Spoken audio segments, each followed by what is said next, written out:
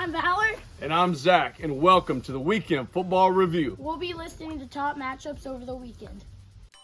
Welcome to the College Football Weekend Review. I'm Zac, and this is Valor.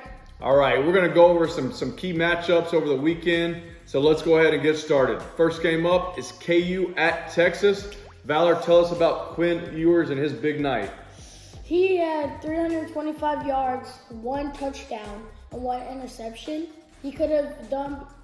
He shouldn't have thrown that pick. I think it was just a miscommunication, but still overall pretty good. Yeah, Texas handled the Jayhawks handily there in Austin. I was a little bummed that Kansas did not have their starting quarterback on hand, but maybe they can get a rematch in the Big 12 championship game. What do you think about that? Yeah, I think so. All right, moving to game number 2. USC versus Colorado. How do you like Caleb Williams in that game? Well, Caleb Williams had a dynamite game. He scored. He threw 6 touchdown passes to help USC to the win. Now, obviously, Shedeur Sanders is an exceptional quarterback as well. He had a lot of big plays, but Caleb Williams ended up coming out on top. What did you think about the performance out of Colorado? Colorado played good. They just have to learn how to start from the jump and not just learn how to fight back at the end. That's right. They're going to be a great team. They keep building on that offensive and defensive line. They're going to be something to reckon with. All right, Valerie, let's talk about the Georgia-Auburn game. Georgia came down into Auburn, Alabama to face the Tigers. Tell us about the big night from Brock Bowers. Brock Bowers had 8 receptions, 157 yards, and 1 touchdown. And he probably did outstanding. I think if they didn't have Brock Bowers, they would have lost that game. I agree. Auburn gave them all they could handle, and it was really, really close there late. That last drive, they threw to Brock Bowers twice. I was surprised they were not in double coverage, but that last drive, Brock Bowers had 2 big catches to seal the deal for the Georgia Bulldogs. Mm-hmm. What do you feel about Carson Beck in that game? I thought he played pretty well. He definitely, first year starting at Georgia, has come on. They're ranked number 1 in the country, so, he's doing something right. Mm-hmm. All right, and then game 4 we have number 23 Missouri versus Vanderbilt. Now, Brady Cook is on fire this year. He's 395 yards this past game and 4 touchdowns, and I think they could make it to the SEC championship.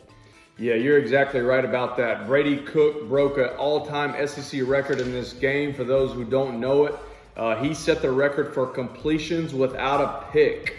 So he has over 300 completions now without throwing an interception, which was amazing. Tell us about the big game also from Luther Burden.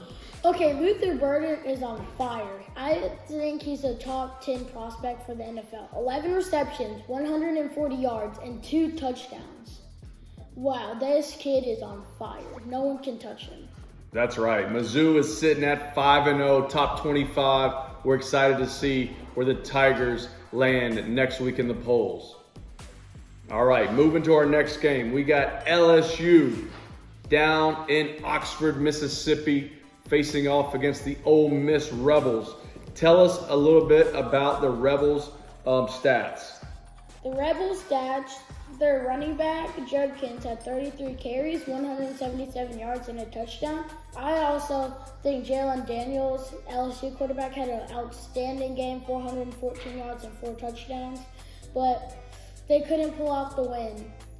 Yeah, I know it was a great offensive game. Jalen played great for LSU. Jackson Dart played great for Ole Miss. Judkins ran the ball. Ole Miss had over 700 yards of offense in that game.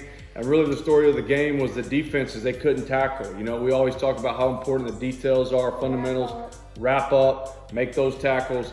The defense was not playing well for either team, but Ole Miss, they got the win there at the end, and it was a big night in Oxford, Mississippi. Also, shout out to Trey Harris.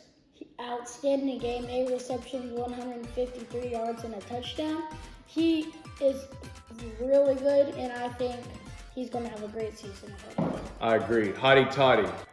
We got Bama at Mississippi State. Okay, the Crimson Tide rolls into Starkville, Mississippi with a big SEC West showdown. Tell us a little bit about the game. All right, those Cowbells, I think had some bearing on the game. Along for Alabama, they could just not focus in the first quarter.